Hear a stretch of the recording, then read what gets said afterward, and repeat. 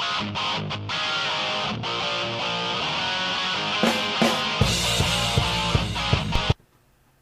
it's Patty, hopefully with better lighting, and I want to do a quick video on food combining. Not many people know what food combining is, but I'm going to try to give it to you in a nutshell. Food combining is a practice that is followed by people that study and abide by the laws of natural hygiene, and it's a way to digest your food effectively so that you feel great and so that you're using your food to the best way your body can. And so here is what the basics of food combining are. First, fruit should be eaten alone. It is true that some fruits can be mixed with greens, and that's okay, but don't go beyond that. It's really ideal that fruits be eaten all by themselves. And I could even go into more detail about what types of fruits could be eaten with other types of fruits, because you can even get more specific than that.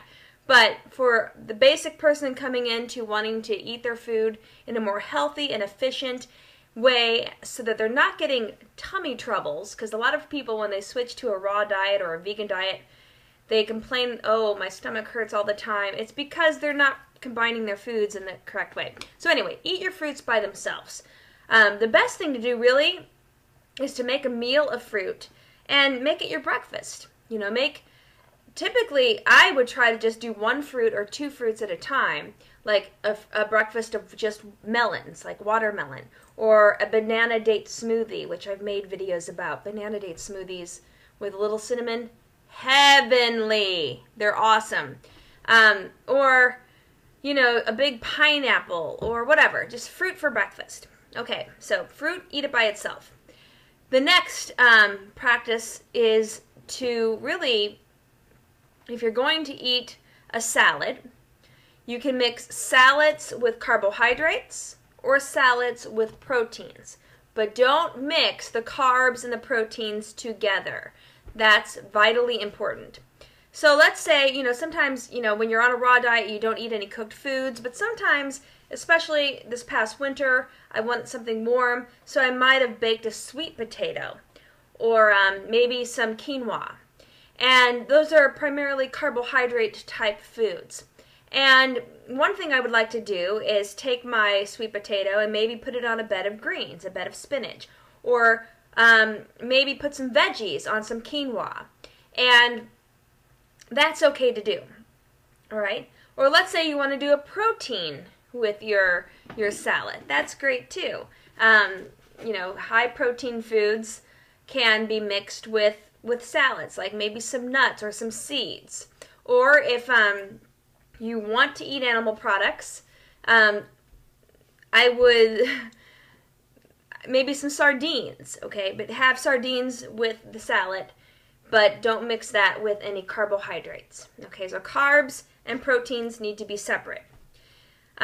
Sugar and sweet sugary fruits and carbohydrates, more complex carbohydrates, should also be separate. So don't mix a sweet potato with a banana, okay? Keep those separate as well.